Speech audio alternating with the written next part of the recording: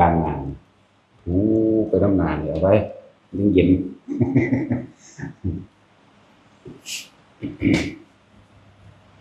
สำหรับผู้ว่าเคยบวชที่นี่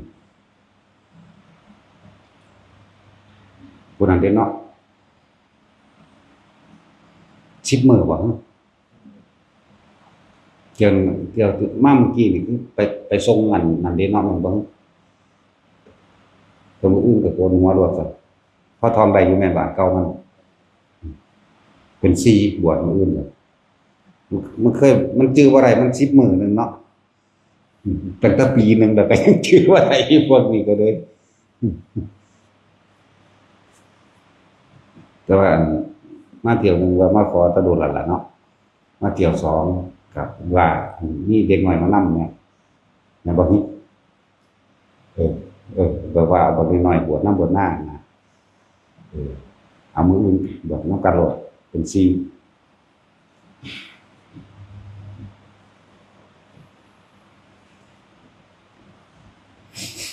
ตัดสินใจโลดอีหยังก็ดี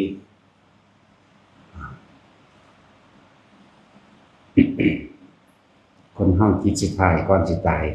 เคยชินกับการกระทำสิ่งใดไว้บางครั้งก็นอนฝันไปกับสิ่งที่ตัวเองชินจิตเกิดความคิดไปถึงกับเรื่องที่เคยเฮ็ดทำให้บ่อยทำบ่อยๆทำมากๆนะจนเกิดความเคยชินเว้าเรื่องของตัวเองเคยชินกับการหาปลาใส่เบ็ดฝันว่าไปใส่เบ็ดมาปันก็ดีเกี่ยวกับมันปวดท้องอย่างรุนแรงมันสิตายบันภาพที่เกิดขึ้นภาพมันที่เกิดขึ้นทั้งในเจ้าของเองในจิตสำนึกที่มันเป็นขึ้นพอดีเรื่องกับของเองเด่นไปเกาะเบ็ดคือใส่เบ็ดใส่เบ็ดเกาะเขียดจะหน้าหรือเกาะเขาดังมันเกาะขาตัวมันบางที่ก็เกาะตีนมันบางที่ก็เกาะข้างงับข้างเบิดปากมันเลยนี่อะไรมิตรฝันลักษณะนั้นปวดท้องอย่างรุนแรงน็อกตายไปกับกลายเป็นเกาะเจ้าของเองเลยตอนตายมันไปใส่เป็นเฮ้าถูกใส่เบ็ดเฮ้าเป็นเหยื่อเองแล้วก็ดิ้นเพราะว่ายังดิ้นเพราะว่าย่างปลาอยู่ในนรกนั่นเนาะมันเป็นตะยานให้ยังอยู่เลยบักไงเป็นแผงแขวกากากเฮ้าก็ดิ้นหนีนั่นนะแต่วันนี้เขาไม่คิดเทียบตอนที่เขาเป็นคนเขาเห็นนั่นเมียแข็งแรงคือสิรอปลามากินดีๆนั่นว่าแต่ว่าเขาบอกจะความเจ็บปวดของเขียดตัวนั้นของเหยื่อที่เขาใส่ไปปลาก็เป็นตะยานลอยบุบบับมาอยู่เลยสวมนั่นแหละหลายชีวิตหมายถึงว่าเขาใส่เขียดตัวนี้เป็นลอยโตดูสิเขาก็เป็นเขียดลอยโตคือตอนตายเลยใช่วันนี้ตรงนรกบานี้เนี่ยตัวนี้น้องเสียบกับขามันเขาก็เสียบขาเขาพูดกันแต่ว่ามันเขาแต่ว่ามันเป็นขึ้นมาเอาเองเลยบ่มีคนใดว่าจับเสียบหรอกแต่มันเป็นขึ้นมาเอาเองเลยว่าได้ตีนเขียดเนี่ยเขาก็เกาะตีนมันเกาะข้างมันเกาะดังมันนั่นแหละเดี๋ยวว่าความเคยชินถ้าฟันกับฟันว่าเราไปหากินอยู่สั่นแหละฝันว่าไปซื้อเบ็ดฝันว่าเบ็ดหลังนั้นแล้วนี่ถูกปลาง่วงอยู่สินะนั่นแหละผมเคยชินหรือว่าตกนรกมาแล้วนะผมจักแล้วชัดเจนที่สุดแต่ของเป็นเองตกเองเป็นเองน้องสั้น แล้วก็ต้มปลาคือต้มปลาสดบ่ได้ขาปลาเข็งเอาเนื้อเอาเครื่องปรุงลงไปมันหิวเนาะปลาเนี่ยก็ค้างไว้หลายมื้อแล้วแบบบ่ได้ขามันเด้มันหิวกินพวกพริกกินพวกอันหอมพวกตะไคร้ที่เฮาทุบลงไปแหมมันกินบัดนี้เว้นจากตัวเป็นเขียดแล้วก็มาเป็นตัวต้มปลาก็มากำใส่เดือนกิน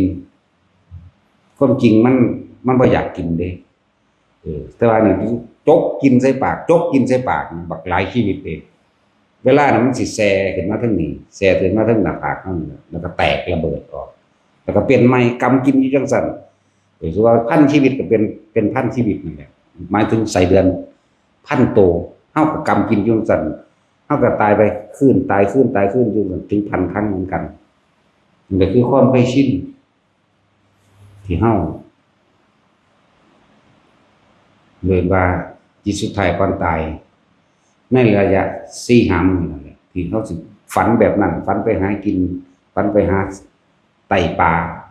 เอาส่องสมวกมาซักปลาซักหม่องใดเฮาก็ถูกซักหม่องนั้นเหมือนกันเบิดทุกอย่างเลยแต่เฮาเป็นคน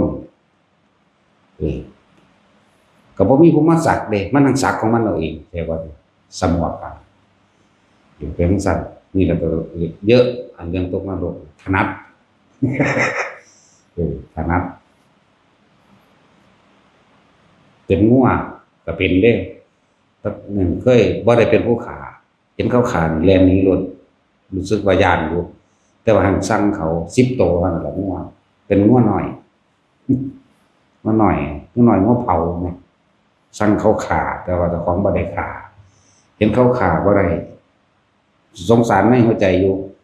ลักษณะนั้นแต่ว่าก็ไปเป็นแล้วเขาตีหัวแล้วเขาสิทุบกระงอนนะเขานี่บ่แม่นไผเด้มันเป็นค้อนมาทุบเอาเองเด้แล้วว่าบ่เบิดว่าบ่หลายอันเว้าอันเก่านี่เว้าอยู่อันนั่งจับเขามากินไส้เดือนเป็นก้อนแหมพวกไส้เดือนเหนียวๆนั่นแหมจับกินแล้วมันก็แตกอันน้ำเหลืองของไส้เดือนน่ะแตกออกทั้งตาทั้งหูแตกออกแล้วก็เป็นอยู่นี่ล่ะแล้วก็จังระเบิดออกจากนี่ก็นี่เป็นพันโตแสนโตก็สร้างเป็นแสนชีวิตพันชีวิตเหมือนกันนั่นแหละเป็นลักษณะนั้นตกนรกอันนี้ที่ว่าจี้ปลาดิบๆหรือจี้ปูหรือจี้หอยก็สร้างมันก็เป็นโยนแต่ของเองคือเขาโยนเฮาน่ะทั้งบ่แม่นเขาใดเลยมันเป็นโยนลงไปมันเป็นกระโดดลงไปทั้งที่ย่านเข้าใจว่าทั้งที่ย่านเด้ว้ายมันก็หลายคนแล้วหอยปูปลามันหัวได้อยู่แล้วตอนมันบ่เป็นซั่นได้มันแบบสุดยอดเลยย่านความตายแล้วตายแล้วก็ยังย่านตายแล้วคำว่าความเคยชินเด้อเคยชินในการคิดในการนึกในการหากินส่วนมากเกี่ยวกับเรื่องปูเรื่องปลาเรื่องหากินมากกว่าเรื่องอื่นบ่มีปานใดดอกบ่มีแต่เรื่องรักกับรักอ้อยบ่มีหวดกับรักอันขนมไม่ยีบูเท่านั้นแหละเป็นเล็กน้อยนะใส่แล้วล่ะใส่แล้วแต่ว่าเรื่องหากินนี่เยอะเรื่องตัดข้อไก่สิตัดอยู่ก็มีอยู่เขาก็ตัดข้อมาบ่แห้ง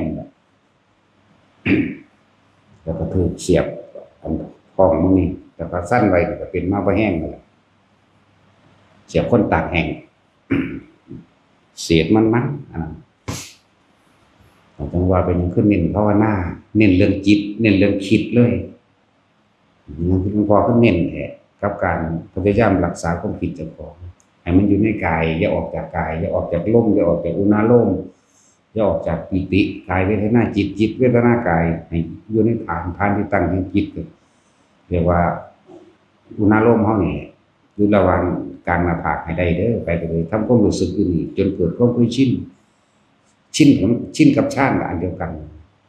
เพ่งจนว่ามันชินฌานนั่นแหละรักษาตัวนี้เรื่องสวรรค์ก็ไปเยอะดอกน้อยๆแต่อันเรื่องนรกนี่ถนัด2 ครั้งนรกล้วนๆเด้อตาย2 ครั้งนี่นรกล้วนๆเด้ตัวนักตัวเบาตัวมหาวิจีบ่ทันได้ถึงดอกก็อยู่ในโลกระหว่างเย็นนั่นถึงแล้วแล้วก็ตัวขี้เถ้าร้อนก็ถึงแล้วขี้ปลาขี้ปูขี้หอยถิ่มลงไปมันดิ่นแรงมากทุกมันหนีบมือศูนย์ใช่มันจับฟาดใส่ดินอีกลักษณะมันนะอารมณ์เฮาเองเป็นสั่นเลยบอกว่าพวกได้สอนหัวดีๆแล้วมึงระวังเขาสิเอามาบีบขี้โปแต่เปาะเป็นเจ้าของบีบเจ้าของเองเด้อบ่มีไผบีบ บ่มีนายในเรียบาลบีบบ่มีพญายมบีบนะเป็นเจ้าของบีบเจ้าของเองนี่ก็ดีมาแล้วถึงว่าเว้าอันนี้เว้าความจริงให้ฟังเด้นี่เว้าแต่ของเป็นเด้มันบ่แม่นในตำราเด้เว้าอยู่ว่าแต่ของตาย2ครั้งนรกล้วนๆ2ครั้งตอนเที่ยที่3พอได้ไปสวรรค์พรหมโลกแน่ไปกระเที่ยวเล่นซื่อๆไปเห็นเที่ยวเล่นไปครั้งที่4จังบ่อยากมาครั้งที่4เพราะว่ามันอยู่ในลมมันนั่งมากในลักษณะนั้นว่าเน้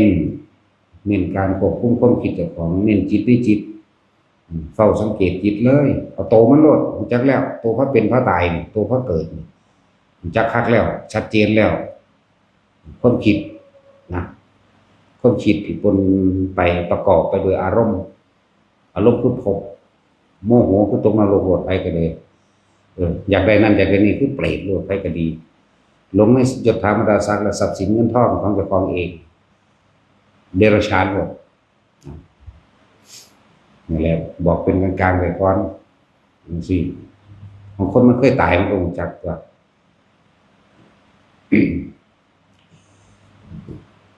แล้วก็มันครั้งที่3ที่ดอกมันจังจับอาการใดครั้ง1ครั้ง2สิจับอาการตายบ่ได้จับอาการตายของความรู้สึกในกายบ่ได้มีแต่เจ็บแต่ปวดแต่ห้องแล้วก็ภาพต่างๆที่เกิดขึ้นกรรมนิมิตก็คือความคิดที่เฮาสะสมไว้ก็เอิ้นว่ากรรมนิมิตนี่คือความสิ่งที่เฮาเคยเฮ็ดแหมเฮามีแต่คิดเอาแต่ตัวนั้นเด้มาคือใส่เบ็ดก็ทุบหัวปลาก็ตัดคอไก่ก็สั่งเขาขางัวจังซี่นะ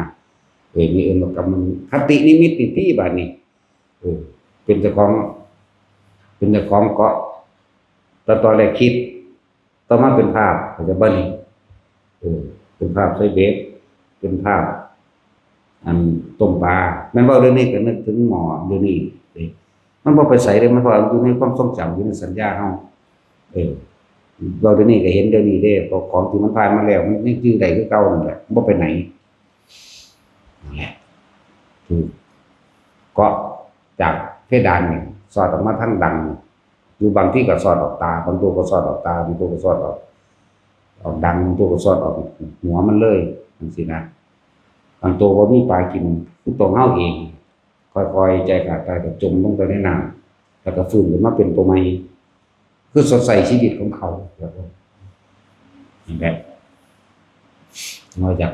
อยากว่าผมฟังดูอย่างทุกคนพยายามดูกับตัวเองให้เป็นของคนเคยตายแล้วต้องว่าเป็นเหมือนกันสิเกิดที่3ก็ได้เห็นสวรรค์อยู่เกิดที่3ชื่อได้บัดเริ่มเรียนจากปลายตีนกับหัวตัวทั้งหัวนี่ศีรษะกว่าตัวทั้งปลายตีนขึ้นมาค่อยๆขึ้นมาหาข้อเท้าครึ่งแข้งหัวเข่ากับขาโต้ยค่อยๆขึ้นมาค่อยๆมาตัวนี้ก็ค่อยๆลงไปได้แต่ว่าสิมาหยุดอยู่หัวใจจิตปุ๊บลงทันทีเพิ่นกัดกระเด็นถึงออกตัวจิตตัววิญญาณก็ว่าบ้านเฮาว่าจิตวิญญาณเนาะมันจะออกมานี่ไปแล้วว่าตัวจับได้จับจุดได้แต่ว่าตอนที่ลงนรกจับจุดบ่ได้เลยนี่ก็เจ็บปวดกับโมโหทั้งเจ็บปวดทั้งโมโหแล้วก็เห็นภาพต่างๆที่ว่านั่นแหละภาพไซเบสภาพชัดสมวกฟอมภาพทุบหัวปลาภาพพี่ปูพี่หอยภาพขางูโอ้ยเยอะงูนี่ก็หลายเด้ขังใส่องค์ไว้อุระเหมือนธรรมดาหลายส่วนมากก็ไปทางหากินดอกอย่างอื่นบ่มีรักกันหน่อยเท่านั้นบ่ผิดมันคนมันบ่ผิดสั่นเพราะว่าก็เลยอยากให้ทุกคนควบคุมความคิดกันกับของให้อยู่ในกายนะลมหายใจเป็นบาทเป็นฐานใหญ่สุด ผู้อยู่กับลมหายใจได้มันฝึกเป็นแล้วมันนั่งอยู่ของมันเองอัตโนมัติครับวันนี้ผู้เลยลมหายใจไปอีกก็คืออยู่กับอาการปิติที่เฮาตั้งกำหนดกรรมฐานที่ตั้งให้จิตขึ้นมาคือเฮาตั้งไว้หน้าผากแล้วมันเป็นไปเอาเองบางคนก็ขึ้นเงือบหน้าอยู่บนหัวเลยบางคนอยู่กลางอกเลยบางคนก็ไหลเลือดไปตามเบิดร่างกายเบิดโตก็ได้ก็อยู่ในความรู้สึกยังกระสร้างอย่าออกจากความรู้สึกในกายถ้าเฮาออกจากความรู้สึกในกายคำว่าออกหมายถึงความคิดทั้งที่คิดถึงบุคคลที่รักมั่งบุคคลที่เกลียดมั่งสัตว์ที่รักสัตว์ที่เกลียดมั่งบุคคลที่รักนะฮะก็เป็นห่วงเป็นใยพวกนั้นพวกนี้นึกคิดปรุงแต่งจินตนาการไปว่าภาพไปหลายอันหลายอย่างก็เกิดอารมณ์ปนกันไปในหันพร้อมเด้แต่เฮาคิดออกจากกายเฮาแล้วจากวันนี้จังวันนี้เน้นย้ำจิตเป็นตัวพระเกิดพระตายเป็นว่าอวิชชาแปลว่ามันบ่รู้เฮาจึงคิดนึกไปต่างๆนานาสารพัดคิดไปในทางดีมั่งเพิ่นเอิ้นว่าปุญญาภิสังขาร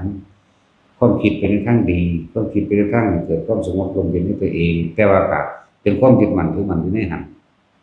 อปุญญาภิสังขารคิดไปในทางเลวคือเฮาคิดนี่ทั้งสองอย่างนี่ขึ้นอยู่กับความเคยชินเด้เข้าใจว่าล่ะเฮาชินในการทำดีคิดทางดีแต่ก็ติดดีชินในการทำเลวทั้งหลักทั้งคนทั้งขี้ทั้งขาทั้งหาอยู่หากินทั้งที่เป็นไปโดยความเบียดเบียนเรียกว่าอปุญญาภิสังขารความเคยชินเด้นั่นว่าล่ะเนยชาภิสังขารแปลว่าความเข้าใจผิดคิดว่าเพิ่นแปลมาในหนังสือนั่นเพิ่นแปลไว้ว่าเข้าใจว่าเข้าสู่อรูปภพแล้วก็เป็นที่สุดแห่งทุกข์อันนั้นเพิ่นแปลให้ในอย่างเดียวแต่เฮาสิแปลให้อีกความเข้าใจผิดคิดว่านี่เป็นตัวคลุมหมู่แล้วเข้าใจว่าล่ะคิดว่าไปเป็นเทวดาคือสิสบายเด้สิเอิ้นว่าเข้าใจผิดนะว่าจักคิดว่าเป็นพรหมคิดว่าเป็นอรูปภพคือถึงที่สุดแห่งทุกข์แล้วนี่ก็เลยบอกทุกคนก็ว่าสังขารหรือความคิดอันนี้ก็เลยให้จับเอาจุดมันโลดอย่างนี้ออกจากกายสติแปลว่านึกถึงแปลว่าคิดถึงแปลว่าระลึกนึกถึงกาย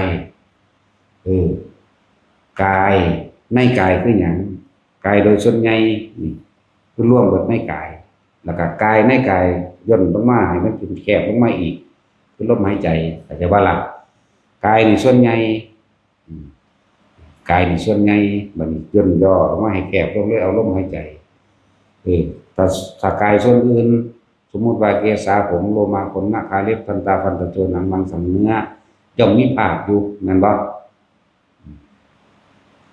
ย่อมเกศาผมย่อมเห็นผมขนเล็บฟันหนังเนื้อเอ็นกระดูกย่อมมีภาพเป็นเครื่องประกอบบัดนี้เฮาย่นลงมาล่มนี่บ่มีภาพบ่ล่ะจิตจึงไม่ติดที่ไหนนั่นแหละ ก็เลยย่นลงมาเลื่อนว่ากายในกายลมหายใจนี่แหละคือกายในกายอันหนึ่งปณิเวทนา3สุขเวทนาทุกขเวทนาและอุเบกขาเวทนาว่าหลังจากเฮาอยู่ในลมหายใจแล้วให้เอาเวทนาในเวทนาเวทนานอกคือหยังเวทนานอกหมายถึงว่าเดี๋ยวก็รักคนนั้นมั่งพอใจเห็นบ่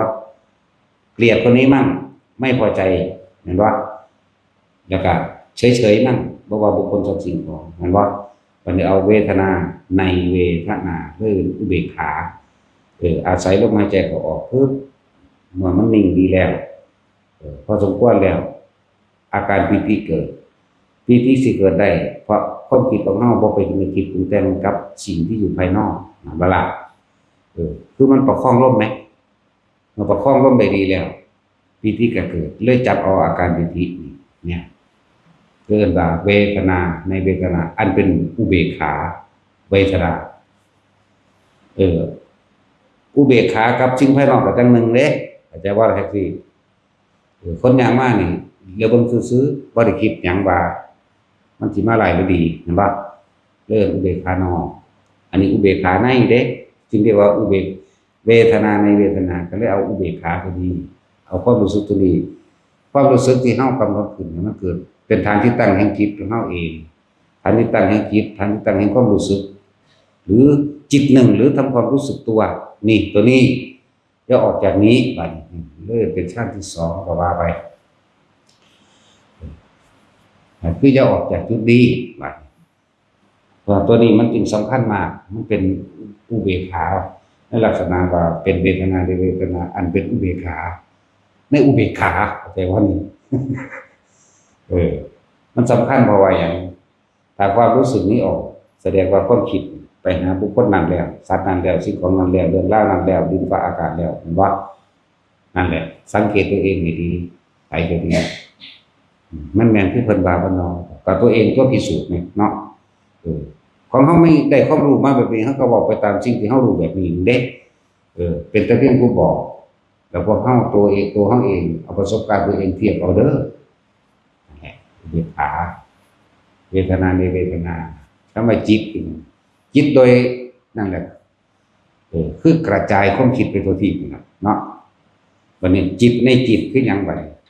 ก็คือสติกำกับจิตกำกับความคิดนั่นเองบ่ให้หนีออกจากลมมั่ง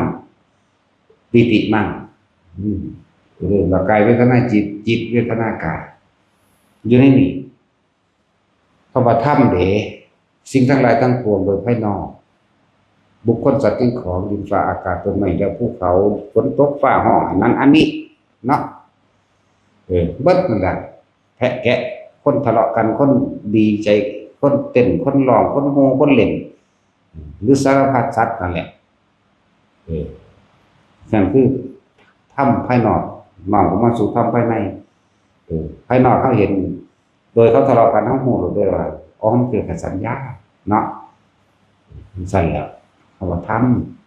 คือสิ่งทั้งหลายทั้งปวงคำว่าในธรรมเด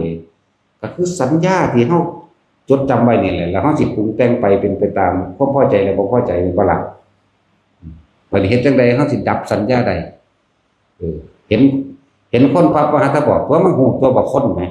บ่ล่ะว่าถ้าเว้าอะไรตัวสัญญาก็ละเอียดอยู่แล้วเนาะเห็นมาก็ว่ามาแล้วถ้ากัดกันบ่เว้ยหรือแย่งชิงอีหยังกันคนเถียงกันเรื่องใดจังซี่ถ้าเฮาทรงชาติเป็นแล้วอยู่ในความรู้สึกในกายใดเฮาก็เห็นว่าเห็นเขาคุยกันเถียงกันเรื่องนั้นแต่ว่าเฮาบ่เข้าไปยืนยันตัดสินนำเขาอารมณ์เลยเกิดขึ้นบ่ได้ตัวนั้นเริ่มเป็นตัวดับสัญญาสักว่าเริ่มว่าทำในธรรมคือสัญญานี่แหละทำในธรรมสิ่งทั้งหลายทั้งปวงมันรวมไว้ในจิตนั่นแหละเริ่มว่าในอีกนัยยะหนึ่งในอีกแบบหนึ่งที่ให้พวกเข้าพิจารณาทำในธรรมคือสิ่งทั้งหลายทั้งปวงที่มันสัญญาเอาไว้ที่มันฝังจำฝังใจเป็นสูตรสำเร็จไปแล้วในใจในความรู้สึกความรู้สึกพอใจมั่งไม่พอใจมั่งนี่ตัวนี้สิมากที่สุดอันอุเบกขามันบ่ค่อยมีเนาะนั่นแหละจึงเอาอุเบกขาเอาความรู้สึกนี้เป็นตัวอุเบกขามาเป็นเครื่องจับความคิดของเจ้าของอย่าให้มันไปนี่ก็มันคิดถึงผู้อื่นคิดถึงบ้านฮอดเลยได้นี่เนาะใครก็มีบ้านผู้มีลูกก็คิดถึงลูกผู้หญิงหรือผู้ชายก็ปั๊บก็เด้มันเกิดจากไสก็เกิดอยู่ในสัญญาเนี่ยตัวเนาะนั่นตัวของมันบันทึกไว้แล้วบ่มีไผบันทึกได้เฮาได้บันทึกเฮาได้เป็นผู้จดผู้จำเอาเองสั่นถึงวันเน้นเอาโลดทุกคนพยายามจะออกจากความรู้สึกตัวผู้เพิ่นบรรลุแล้วเพิ่นก็บ่ว่าเพิ่นบรรลุดอกเพิ่นก็อยู่ในความรู้สึกตัวเพิ่นเองมันเพียงแต่ว่าเป็นคำสอนเป็นนัยยะในการแนะนำซื่อๆก็ดีเฮ็ดทำให้บ่อยทำให้มากมันชินเด้อไปก็ดีผู้ชินอยู่กับลมเลยบางคนมันอยู่สองอย่างเลยเด้ลมกับนี่เป็นแท่งเดียวกันลมกับระหว่างการคิ้วกลางหน้าผากเป็นแท่งเดียวกันเลยก็อยู่กับแท่งเดียวกันนี่แหละเข้าใจว่าล่ะจักซี่มันเคยเป็นจักเทื่อบ่นั่นแหละลมมันก็เหี่ยนสุดอยู่ในแค่ปลายดังนี่เนาะแต่ว่าความรู้สึกที่มันเย็นทั้งในโพรงจมูกว่าล่ะกับตัวนี้เป็นอันเดียวกันเด้เป็นแท่งๆหางบ่แม่นแข็ง อ่อนนุ่มและเย็นนะผู้อยู่จังซี่ก็อยู่เลยบางคนที่มันเคลื่อนขึ้นมาบนหัวก็อยู่บนหัวโลดมันคือเอามือเศร้านี่ดอกเนิบนาบอยู่มันนิ่มนวลก็เฮาเอามือเฮ็ดอยู่น่ะ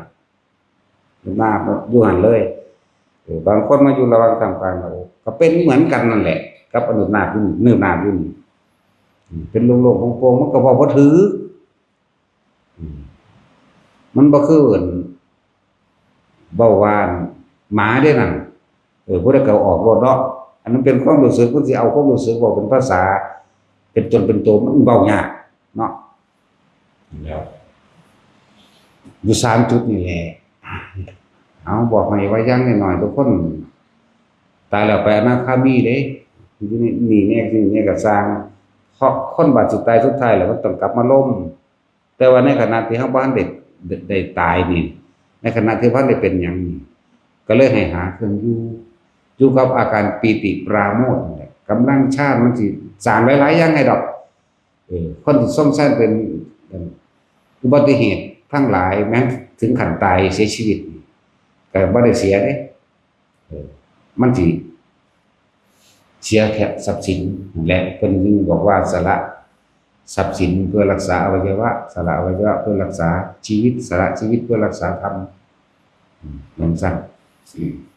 สุดท้ายก็ตายตัวพวกเจ้าสิไปห่วงอีหยังพวกเจ้าคือว่าเข้าสู่ลมหายใจเนาะเวลาคนมันสิตายจริงๆพวกเจ้าสิไปห่วงบ้านราคาพันล้าน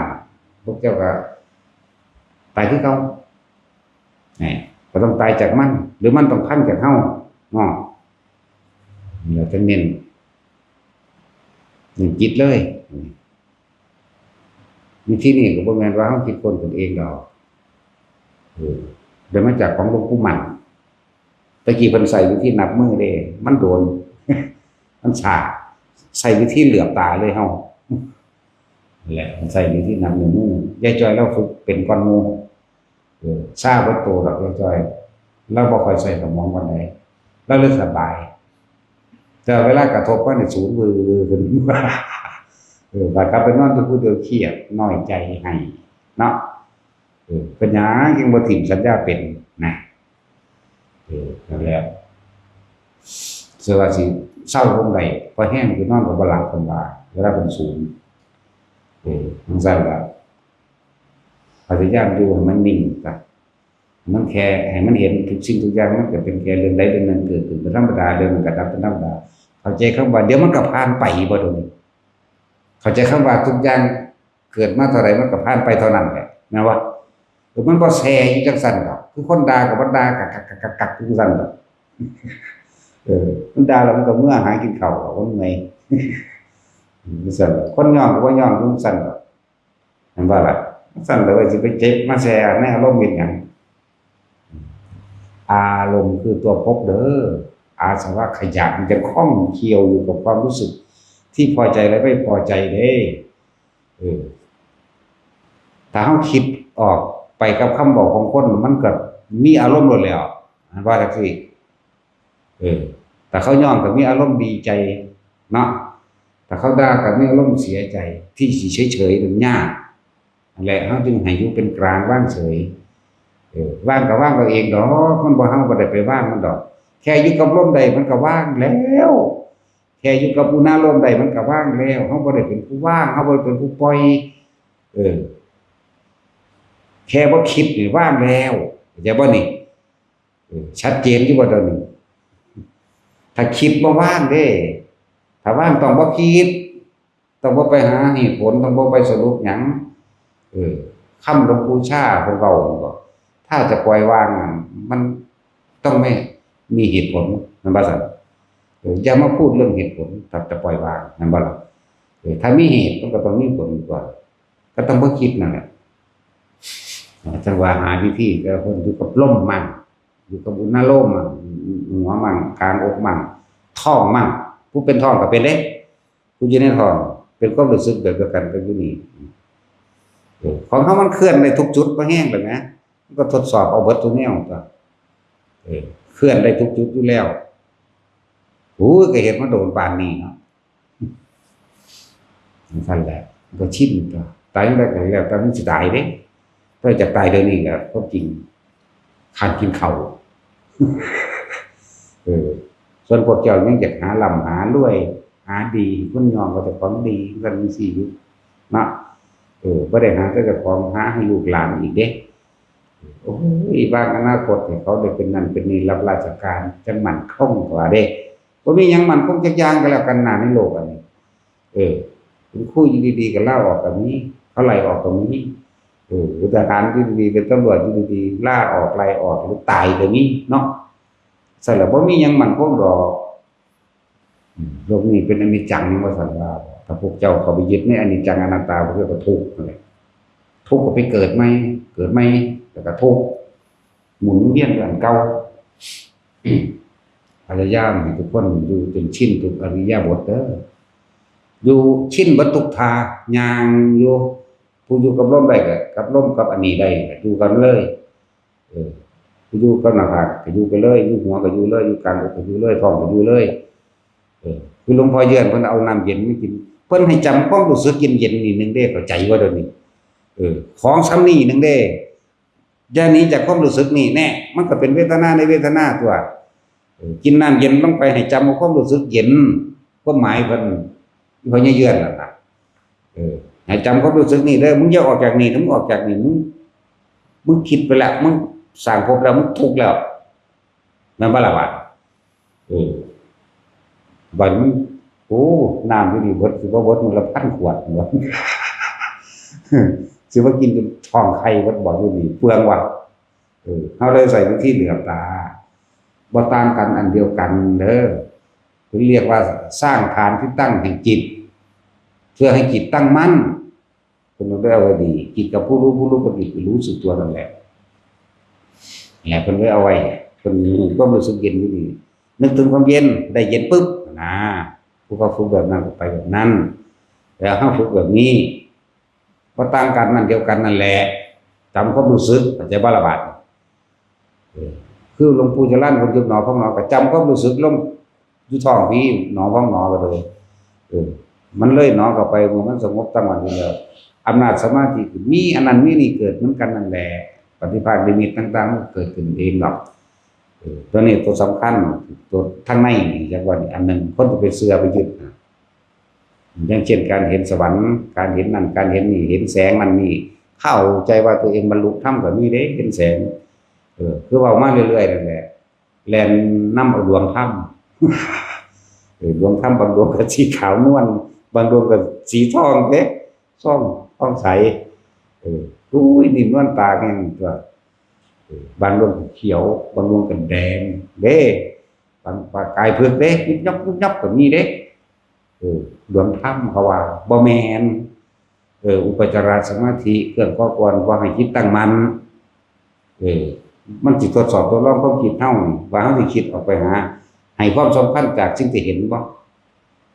เข้าใจว่าล่ะว่าถ้าเฮาอยู่ในตัวนี้ได้แล้วคือจัง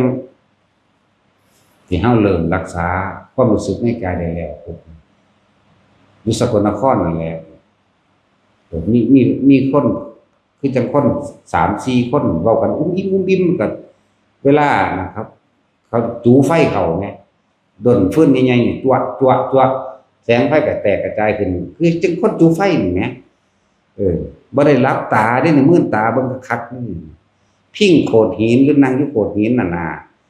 ธรรมดาเพิ่นเฮาสิย่างไปนั่นคิดออกหรอกเข้าใจบ่นี่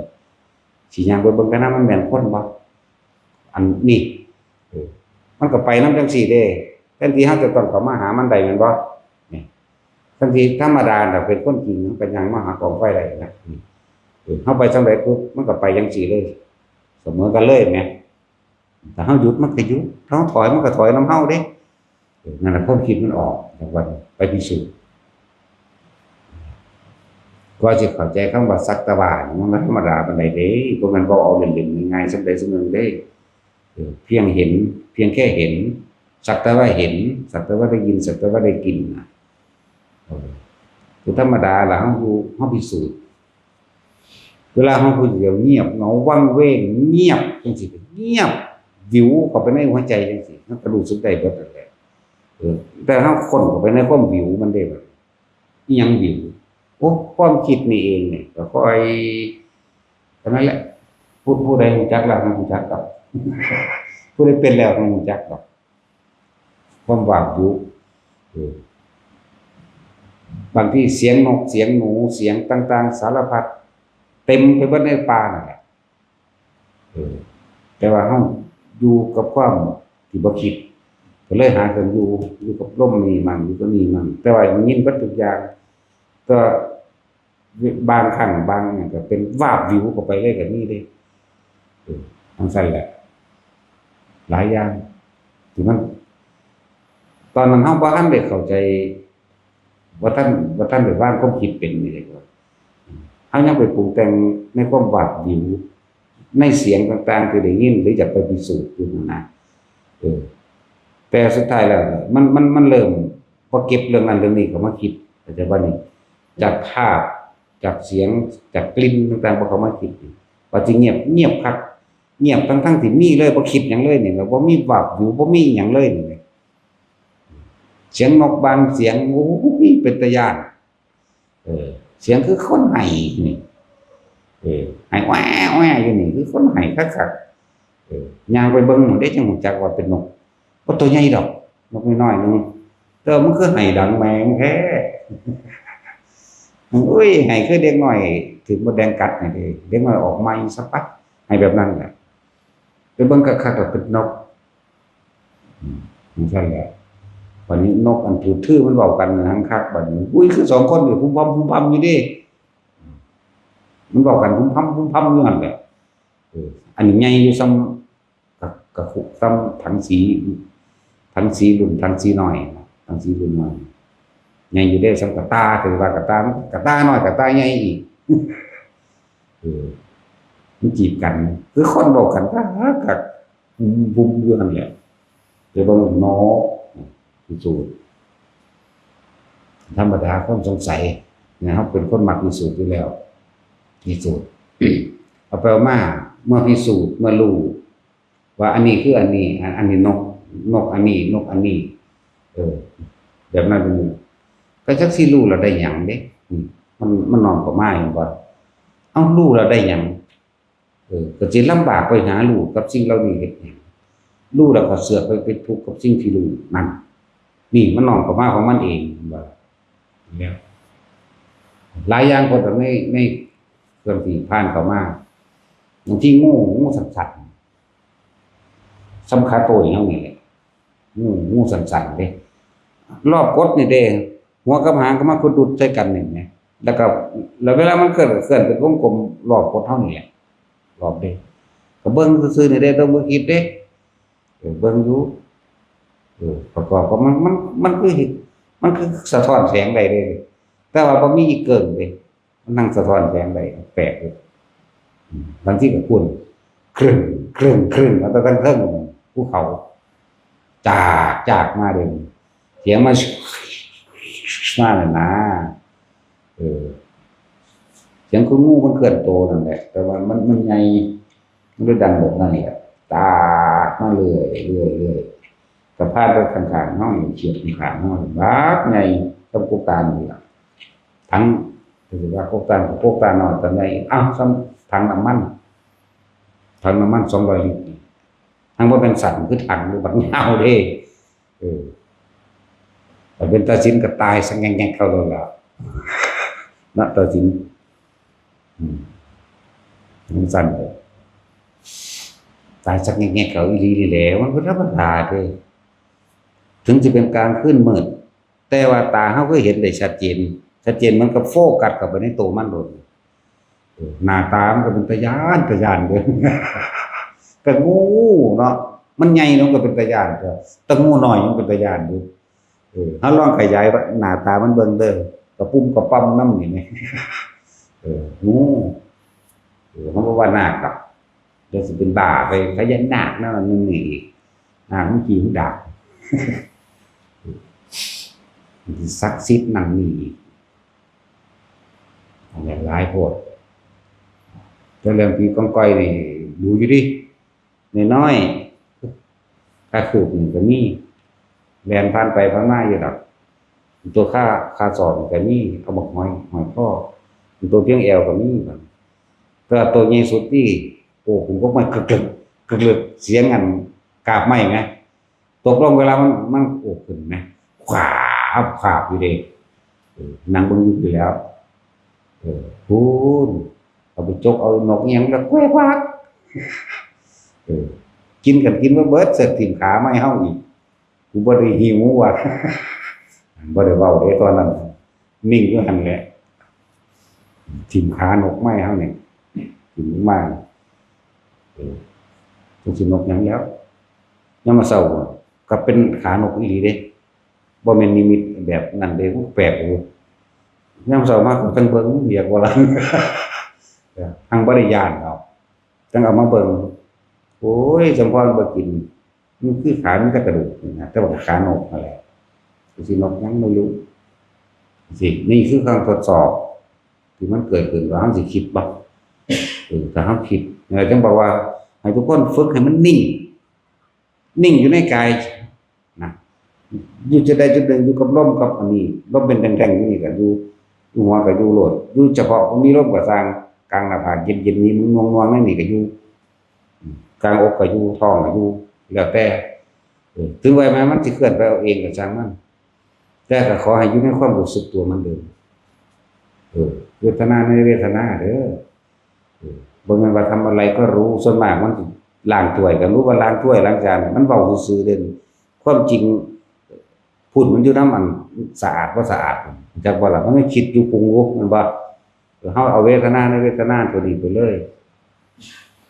ว่าทุกคนจะเหตุจังซี่จนชินในลมมั่งชินนี่อย่างน้อยทุกคนตายไปนะอนาคามีอันนี้บ่อย่างน้อยเด้มันเป็นเหตุคือหยังเด้อุ้ยศูนย์เด้บัดมันบ่เข้าใจบ่ล่ะนี่มันบ่มีความคิดปรุงแต่งอีหยังแล้วเป็นวิธีที่ง่ายแล้วก็เหมาะสมกับทุกคนทำได้ทุกกาลเวลาอีกบ่ได้เลือกสถานที่วัดสมทานเพราะมันเวลาโมโหมันยังบ่สมทานโมโหเนาะบ่ได้ไปขอศีลโมโหเด้เนาะคิดปึ้งก็ศูนย์ปึ้งก็ใส่กันโลดเนาะเวลาอยากได้นั่นจะเป็นนี่มันก็คิดขึ้นโลดอันนี้ก็เหมือนกันตัวคือหลวงตาเพิ่นว่าถ้ากิเลสมันโหดร้ายธรรมะก็ต้องโหดดีเดี๋ยวบ่ต้องทันกันโหดดีได้นี่โหดบ่ทำลายไปฆ่าความคิดเจ้าของเองก็เหมาะสมกับทุกคนพวกเจ้าว่าอาจสามารถถิ่มสิ่งที่มีอยู่ในรอบตัวเองได้มีหยังมีผัวมีหยังมีเมียมีลูกมีรวยมีอันนั้นบ่ทันมีเห็นบ่มีหยังมีอันนั้นบ่ทันมีอันนั้นบ่ทันมีในใจพวกเจ้านั่นแหละคือพวกเจ้ายังสิสร้างหาเอาเรื่องบัดนี้แย่งชิงมันมามั่งแย่งชิงกิเลสมามั่งแต่ว่าล่ะแย่งเข้ามาสู่ลมหายใจมั่ง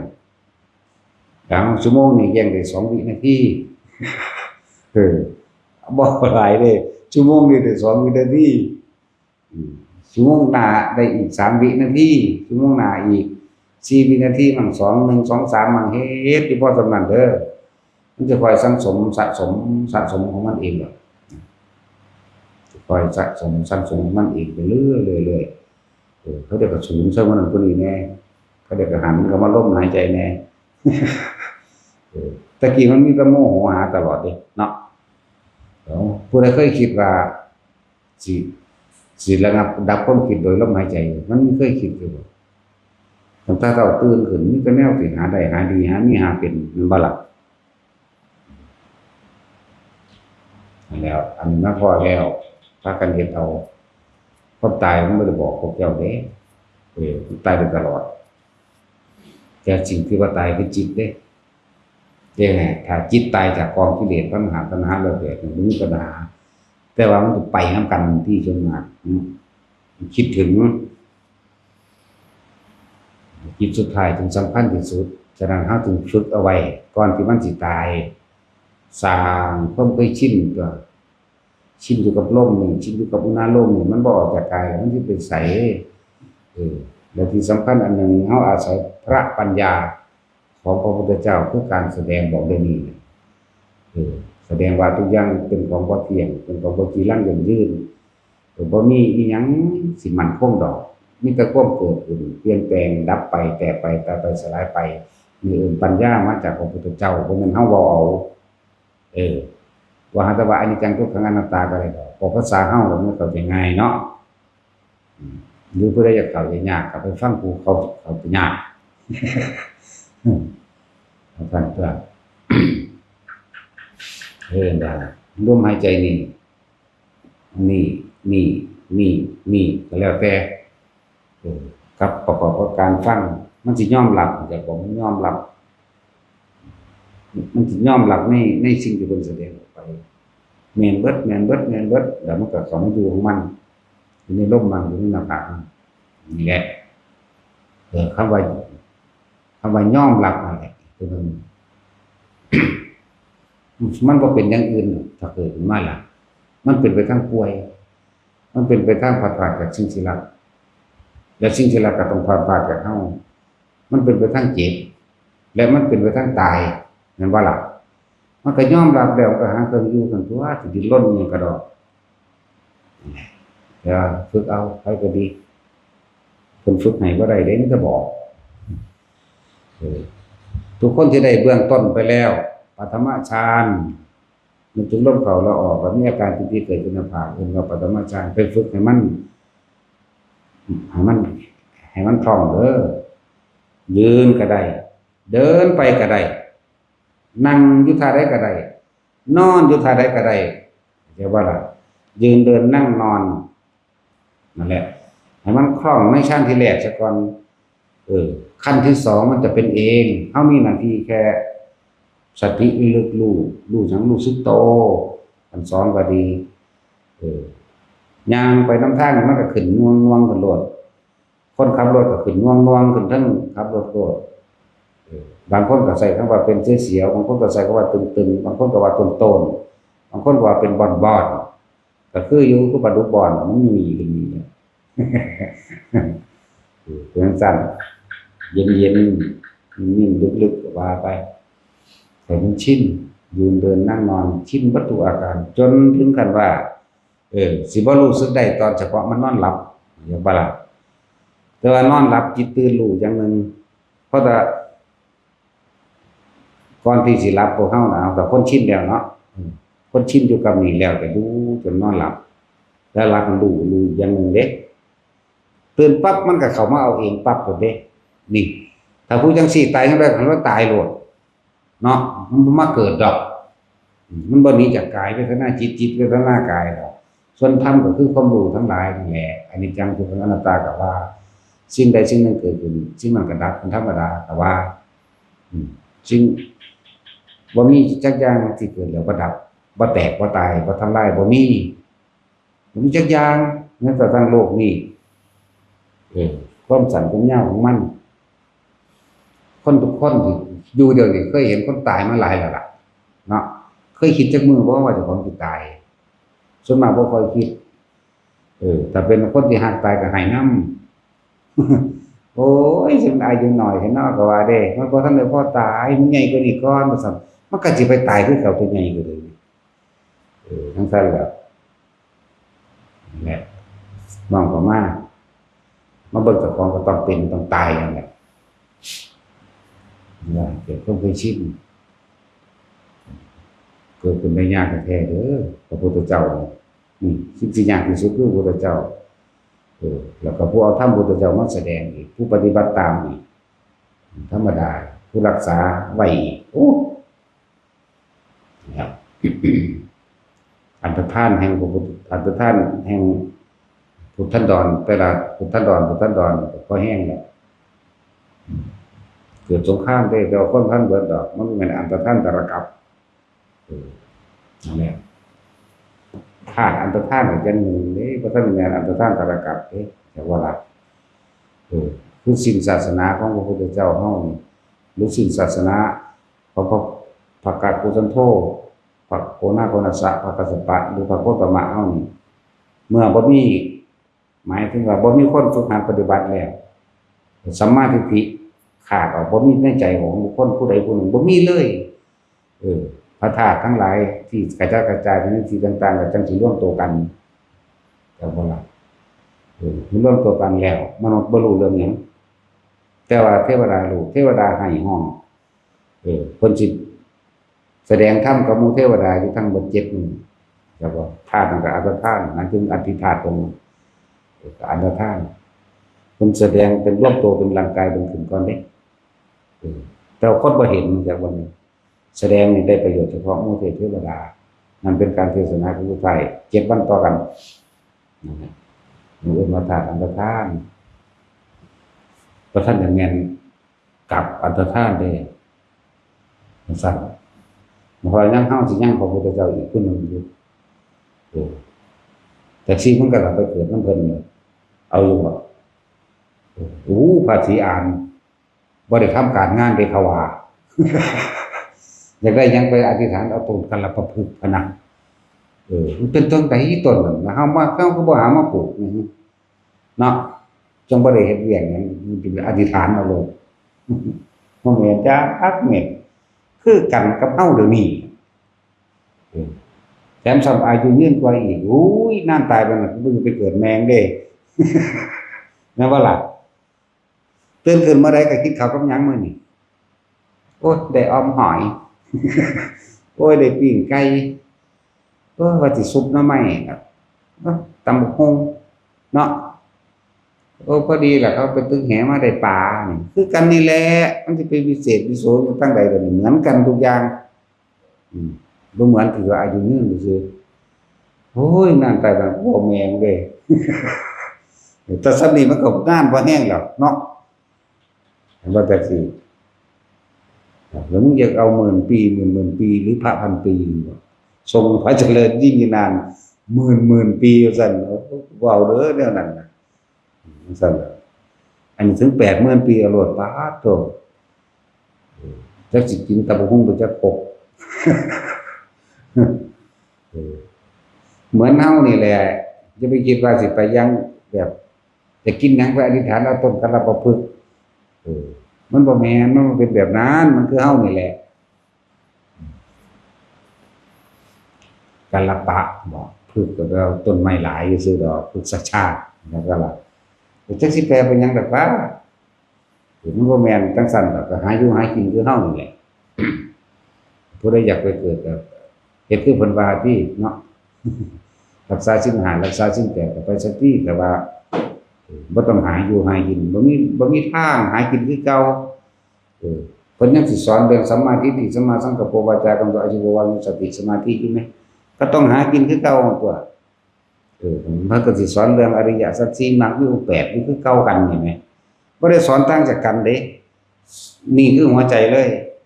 ธรรมจักรความจริงหมุนไปแล้วสู่จิตตะของมนุษย์ทั้งหลายความสว่างได้เกิดขึ้นแล้วในใจของมนุษย์ทั้งหลายธรรมจักรจักว่าล่ะจักแปลว่าหมุนธรรมะคือความจริงหมุนไปมันสั่น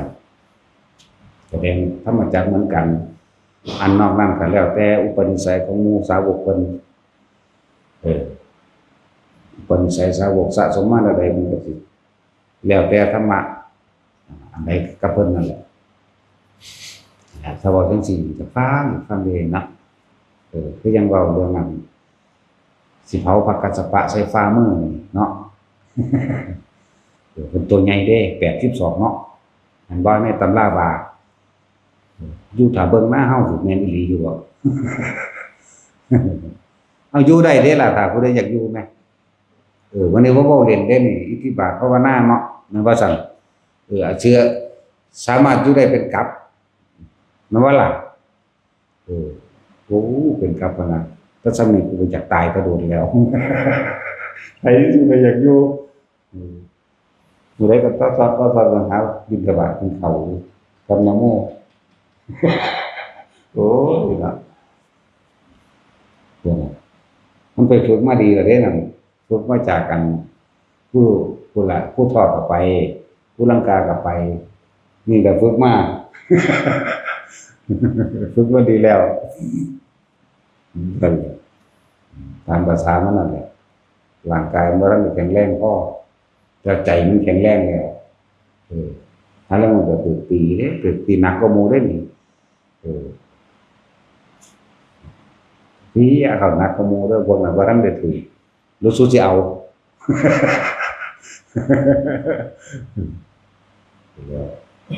ฟู่ตัวได้ขาเนี่ย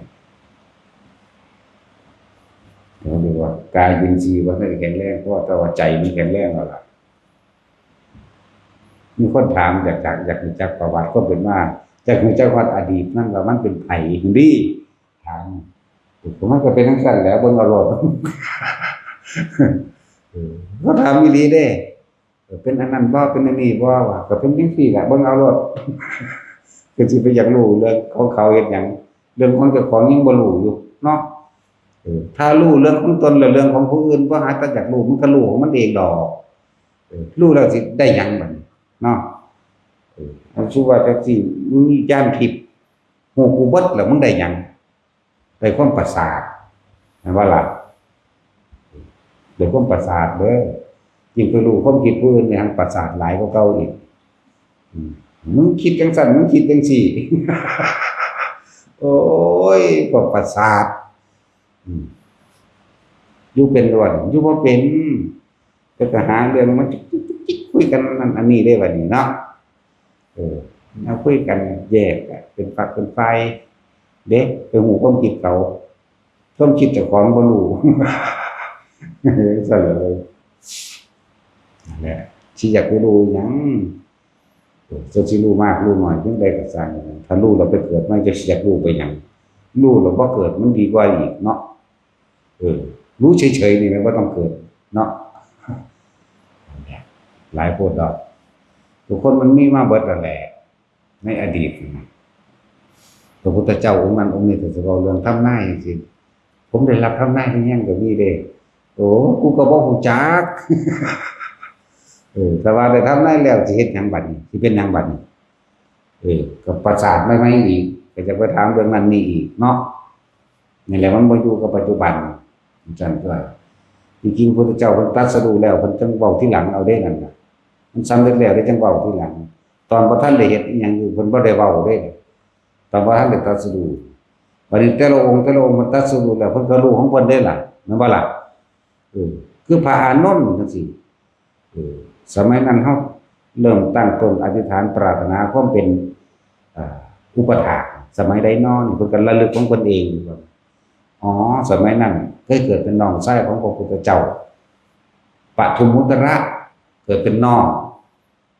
แต่คนละแม่พ่อเดียวกันชื่อว่าสุมาณะพระพุทธเจ้าองค์นั้นพระพุทธเจ้าปทุมได้ทำนายได้เรียกว่ายกย่องหรือว่าเป็นผู้เลิศเอตทัคคะด้านอุปถากจะเป็นมั่งอ๋อแต่สมัยนั้นเพิ่นจังบอกว่า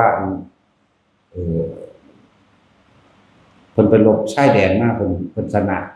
เพิ่นก็เลยขอพรจากพ่อเพิ่นขอบำรุงพระพุทธเจ้าปีนึงก็บ่ให้นั้นนี่ก็บ่ให้เลยมาเหลือ3เดือนก็เลยให้3เดือนแต่ขอต่อจะ7มื้อพอต่อได้7มื้อนั่นล่ะตัวที่กระทำมาทั้งเบิดให้ทานมาทั้งเบิดนี่บ่ได้ปรารถนาหยังเลยขออยากเป็นเหมือนพระสุมาณะองค์นั้นพระพุทธอุปถากเข้าใจบ่ล่ะเพิ่นก็ชื่อว่าสุมาณะคือกันอุปถากก็ชื่อว่าสุมาณะพระพุทธเจ้าก็ว่าสิได้เป็นอยู่ดอกปูนเด้ออีกเท่าใดล่ะแสนกับข้างหน้าพุ่นน่ะบ่รู้นี่ธรรมดาบ่จะได้เป็นพุทธอุปถากของพระพุทธเจ้ามีนามว่าโคดมภาษาวกชื่อว่าโมคคัลลาพระขวานี่พระซ้ายชื่อว่าสารีบุตรพุทธมารดาชื่อว่าสันนั่นนี่และมีอุปถากอย่างเช่นเธอจักชื่อว่าอานนท์แม่เพิ่นบรรลุแล้วเพิ่นจังรู้ทีหลังเด้จักว่าล่ะอันนี้เฮาสิอยากรู้ล่วงหน้าไปเฮ็ดหยังแนวตำนายได้ถึงอย่างเดียวนึงได้อยู่นี่คือตายเขาทำนายถึงว่าฝืนฮอดพระพุทธเจ้า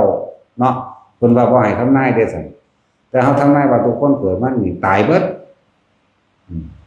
บ่มีผู้ใดรอดแม่นบ่ แล้วคนมันเลยไปเป็นบ้านน้ำอันผู้นั้นได้รับทำนายหรือยังผู้นี้ได้รับทำนายหรือยังผู้ใดสิเป็นไผสิเป็นผู้นั้นไผสิเป็นผู้นี้โอ้ยคุณไปถามพญาตักหม้อก่อนเกิดมาข้าเป็นใครเกิดมาแล้วใส่ใครเป็นข้า คุณไปถามอยู่พญาตักหม้อโพธิธรรมลูกศิษย์ของลูกศิษย์ของพระกัสสปะเราเป็นคนอินเดียก็อยากฟังเลยวันนี้ อยากรู้จักประวัติเขาเลยวันนี้โอ้ยเราตายแล้วนี่จบประวัติกันเลยเราตายแล้วหลายอย่างที่พวกเขาพากันคิดฟุ้งซ่านออกไปเป็นงั้นคือบ่อยู่ในโตแต่อยู่ในโตแล้วแนวบ่เป็นตะลุมานั่งรู้ขึ้นมาเอาเองเลยจะไปถามผู้อื่นเฮ็ดหยังพวกหมอดูคือดูบ่แก้วแล้วอายุเท่านั้นสิรวยว่าซั่นถูกคือเก่าเนาะอายุเท่านั้นสิรวยอายุเท่านี้สิรวยเพิ่นซื้อเลขเพิ่นอยากรวยเนาะเพิ่นถามทวงเอาคืนเด้ออันนำอันหมอดูมันดูว่าสิรวยจังซี่ก็มีนะครับรู้เรื่องเจ้าของดีที่สุดรู้แล้วน้องเขามาเกิดหยังเป็นหยังก็สร้างทุกข์คือเก่าเกิดมาแก่เกิดมาเจ็บเกิดมาป่วยเกิดมาตายเกิดมาพัดพรากจากสิ่งที่รักเกิดมาสิ่งที่รักกับพัดพรากจากเฮาเองเขาบ่จากเขาบ่จากเฮาก็จากเขาเด้นี่มันนั่นแหละพยายามสังเกตความคิดเจ้าของดีๆดูความคิดเจ้าของให้มันทันให้มันกักไว้จิตเห็นจิตเป็นมรรคเด้ผลมันเกิดจากจิตเป็นนิโรธจากบัดนี้ผลอันเกิดจากสติกำกับจิตได้รู้เฉยๆไม่คิดไม่นึกเห็นเฉยๆไม่คิดไม่นึกรู้สึกเฉยๆไม่นึกไม่คิดบัดจบคือมื้อนี้นึงเด้เป็นนิโรธดับความคิดนี่ได้นิโรธจากบัดอันอื่นๆเฮาฟังมาหลายแล้วล่ะแต่บ่บ่แม่นว่าจะไปจักรู้เรื่องผู้อื่นดอกถ้ารู้เรื่องเจ้าของกับของแล้วมันก็รู้ดอกผู้อื่นถ้ารู้แล้วไปบอกเขาสิตีปากเราเด้ เนาะตะกี้เฮาก็แสดงอยู่ได้ล่ะผู้นั้นสิตายจังซั่นจังซี่จักเบิด4คนปัดผู้สิตายผู้ที่5เสียบ่รู้เขาว่าเฮาเป็นปอบเขาสิฆ่าเฮาเรียกว่าอะไร บ่รู้ว่าของสิตายได้เป็นทำนายเขาเขาก็ว่าเฮาแม่นแล้วมันก็รู้แล้วมันเป็นปอบโหมา6 7คนตัวนำยิงเฮาว่าเฮาไปกินพะนะแต่กูกินได้ก็ดีแล้วคนบ่อื่นบ่อยากกินแมงบ่นั่นแหละเนาะ นี่สั่นเด้อเอาธรรมดา